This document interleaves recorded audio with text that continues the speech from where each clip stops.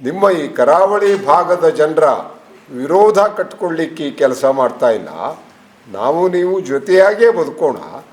ನಿಮ್ಮ ಜೊತೆಗೆ ನಾವು ಬರ್ತೇವೆ, ನಮ್ಮ ಜೊತೆಗೆ ನೀವು ಬನ್ನಿ.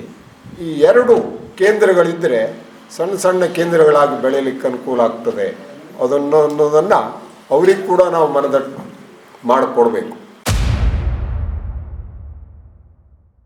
ಈ ಘಟ್ಟದ ಮೇಲಿನ ತಾಲೂಕುಗಳೇನಿದೆ 5 ಇವಕ್ಕೆ ಸಂಬಂಧಪಟ್ಟ ಹಾಗೆ ಒಂದು ಜಿಲ್ಲಾ ಕೇಂದ್ರ ಇಲ್ಲಿ ಬೇಕು ಅನ್ನೋದು ನಮ್ಮೆಲ್ಲರ ಧ್ವನಿ.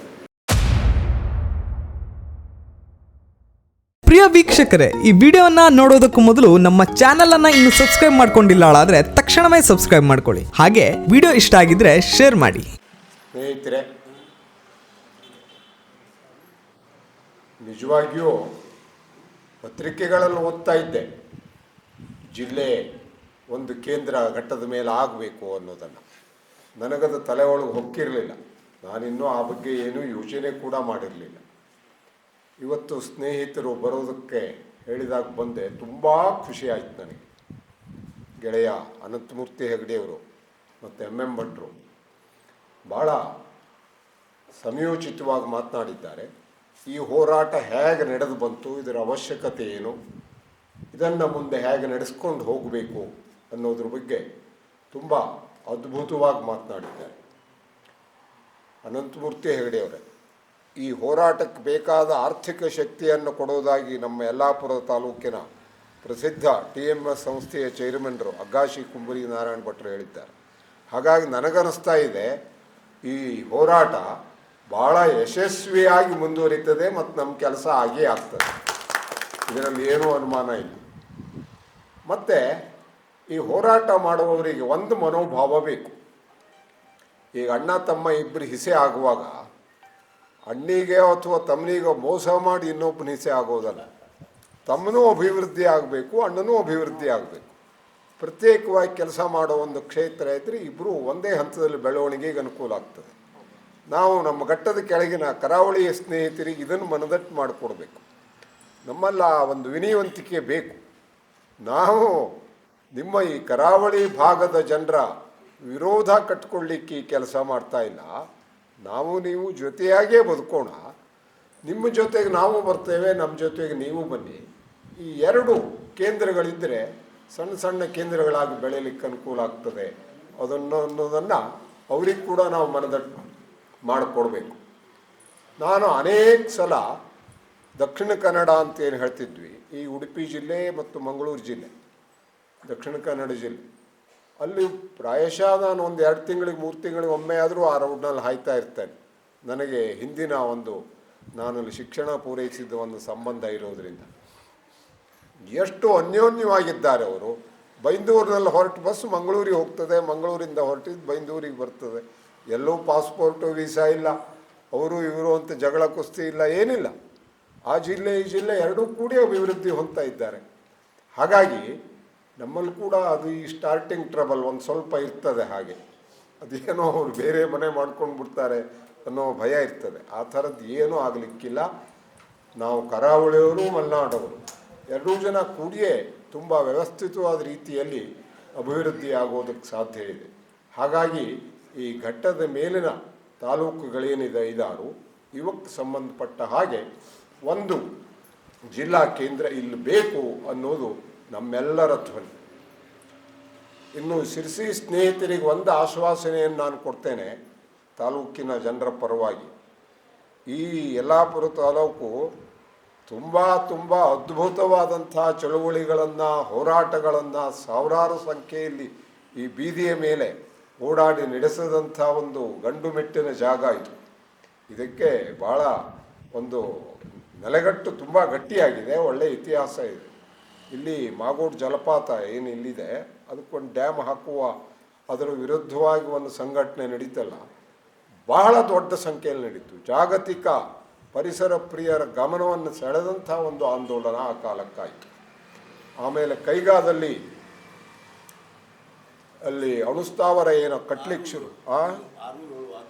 ಹೌದು, ಆ ಇದರಲ್ಲೂ ಕೂಡ ಈ ತಾಲೂಕು ಭಾಳ ಗಟ್ಟಿಯಾದಂಥ ಒಂದು ಹೋರಾಟವನ್ನು ನಡೆಸಿತು. ಆಗ ನಾವೆಲ್ಲ ಯುವಕರು ಹೋರಾಟದ ಮುಂಚೂಣಿಯಲ್ಲಿದ್ದವರು. ಇವತ್ತು ನನಗೊಂದು ಭರವಸೆ ಬರ್ತಾ ಇದೆ. ಈ ನಾನು ಆರ್ ಜೆ ಹೆಗ್ಡೆಯವರು ಎಲ್ಲ ಎಮ್ ಆರ್ ಹೆಗ್ಡೆಯವರು ಹೋರಾಟದಲ್ಲಿದ್ದವರು ಸ್ವಲ್ಪ ಕೂದಲು ಹಣ್ಣಾದರೂ ಹೊಸ ಹುಡುಗರು ಸಾಕಷ್ಟು ಜನ ಇವತ್ತಿನ ಈ ಸಭೆಯಲ್ಲಿ ಬಂದಿದ್ದೀರಿ. ನೀವೆಲ್ಲ ಹೆಗಲು ಕೊಟ್ಟು ಈ ಹೋರಾಟವನ್ನು ಮುನ್ನಡೆಸ್ತೀರಿ ಅನ್ನೋ ವಿಶ್ವಾಸ ನನಗಿದೆ. ಮತ್ತು ಈ ಪ್ರತ್ಯೇಕ ಜಿಲ್ಲೆ ಯಾಕೆ ಬೇಕು ಅನ್ನೋದನ್ನು ಒಂದೇ ಒಂದು ಮಾತಿನಲ್ಲಿ ಹೇಳ್ತಾರೆ.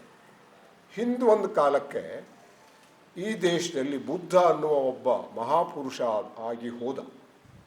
ಅವನು ಎಷ್ಟು ಪವರ್ಫುಲ್ ಬುದ್ಧ ಅಂದರೆ ಅಶೋಕನಂಥ ಒಬ್ಬ ಭಾಳ ಸಮರ್ಥ ಶಿಷ್ಯ ಅವನ ಜೊತೆಗಿದ್ದ. ಆಗ ಬುದ್ಧನ ಎಲ್ಲ ಹಿಂಬಾಲಕರು ಫಾಲೋವರ್ಸ್ ಕೇಳ್ತಿದ್ದಂತೆ, ಬುದ್ಧ ಈ ಇಡೀ ದೇಶವನ್ನು ಒಂದು ಅಖಂಡ ಭಾರತವಾಗಿ ನಿರ್ಮಾಣ ಮಾಡೋ ಶಕ್ತಿ ನಿನಗಿದೆ. ಅಶೋಕ್ ಸಾಮ್ರಾಟ್ನಂಥ ಭಾಳ ಪವರ್ಫುಲ್ ರಾಜರು ನಿನ್ನ ಶಿಷ್ಯರಾಗಿದ್ದಾರೆ. ಈ ಕೆಲಸ ನಿನ್ನ ಕಾಲದಲ್ಲಿ ಆಗಬೇಕು ಅಂತ ಹೇಳಿದ್ನಂತವ ಬುದ್ಧ. ಭಾಳ ಮೈನ್ಯೂಟ್ ಆದಂಥ ಮಾತು, ನಾವೆಲ್ಲ ನೆನಪಿನಲ್ಲಿ ಇಟ್ಕೊಳ್ಬೇಕಾದಂಥ ಮಾತು. ಸಣ್ಣ ಸಣ್ಣ ಊರುಗಳು, ಸಣ್ಣ ಸಣ್ಣ ಕೇಂದ್ರಗಳು ಇದ್ರೆ ಮಾತ್ರ ಅಭಿವೃದ್ಧಿ ಆಗ್ತದೆ. ಜನ ಪರಸ್ಪರ ಅರಿತುಕೊಂಡು ಮಾತನಾಡಿಕೊಂಡು ವಿಚಾರ ವಿನಿಮಯ ನಡೆಸ್ಕೊಂಡು ಏನು ನಾವು ಅಭಿವೃದ್ಧಿ ಮಾಡ್ತೇವಲ್ಲ, ಇದು ನಿಜವಾದ ಅಭಿವೃದ್ಧಿ. ಇಲ್ಲ ಅಂದರೆ ಅಭಿವೃದ್ಧಿ ಆಗೋದಿಲ್ಲ. ಹಾಗಾಗಿ ಸಣ್ಣ ಸಣ್ಣ ರಾಜ್ಯಗಳೇ ಇರಲಿ, ನಾವೆಲ್ಲರೂ ಸ್ನೇಹಿತರಾಗಿ ಅಣ್ಣ ತಮ್ಮಂದಿರ ಹಾಗೆ ನಮ್ಮ ರಾಜ್ಯ ಅಭಿವೃದ್ಧಿ ಮಾಡಿ ಇಡೀ ದೇಶ ಅಭಿವೃದ್ಧಿ ಆಗೇ ಆಯ್ತಲ್ಲ ಅನ್ನೋ ಮಾತನ್ನು ಹೇಳಿದ್ನಂತೆ. ಹಾಗೆ ನಾವು ಈ ಕಾಲದಲ್ಲಿ ಸಣ್ಣ ಸಣ್ಣ ಜಿಲ್ಲೆಗಳನ್ನು ಮಾಡಿದರೆ ಎಲ್ಲರೂ ಅಭಿವೃದ್ಧಿ ಆಗೋದಕ್ಕೆ ಸಾಧ್ಯ. ಇನ್ನೊಂದು ಮಾತು, ಒಂದು ಕಾಲಕ್ಕೆ ನನ್ನ ಅಜ್ಜನ ಕಾಲದಲ್ಲೆಲ್ಲ ಸಿರಿಸಿಯನ್ನು ನೋಡದೆ ಸತ್ತೋದ ಜನ ಭಾಳ ಜನ ಇದ್ದಾರೆ. ಅವ್ರಿಗೆ ಅವಶ್ಯಕತೆಯೇ ಇರಲಿಲ್ಲ. ಮನೆ ಬಿಟ್ಟು ಮಂಚಿಕೇರಿ ಅಲ್ಲಿ ಬಿಟ್ಟು ಸಿರ್ಸಿಗೆ ಹೋಗ್ತಾನೆ ಇರಲಿಲ್ಲ, ಅವರಿಗೆ ಅಗತ್ಯ ಇರಲಿಲ್ಲ. ಆದರೆ ಇವತ್ತೇನಿದೆ, ಪ್ರತಿಯೊಬ್ಬ ನಾಗರಿಕನಿಗೆ ಒಂದಲ್ಲ ಒಂದು ಕಾರಣಕ್ಕೆ ಜಿಲ್ಲಾ ಕೇಂದ್ರಕ್ಕೆ ನಾವು ಹೋಗಲಿಕ್ಕೇ ಬೇಕು, ಅಲ್ಲಿಯೇ ಕೆಲಸ ಆಗಲೇಬೇಕು. ಇಂತಹ ಒಂದು ಅನಿವಾರ್ಯ ಸಂದರ್ಭದಲ್ಲಿ ನಾವೆಲ್ಲರೂ ಸಿಲುಕೊಂಡಿದ್ದೇವೆ. ನನಗೆ ಈಗ ಮೈ ಮೇಲೆ ಮುಳ್ಳು ಎಳ್ದಂಗೆ ಆಗ್ತದೆ. ಅನಂತಮೂರ್ತಿ ಹೆಗಡೆಯವರೇ, ಭಯ ಬರ್ತದೆ.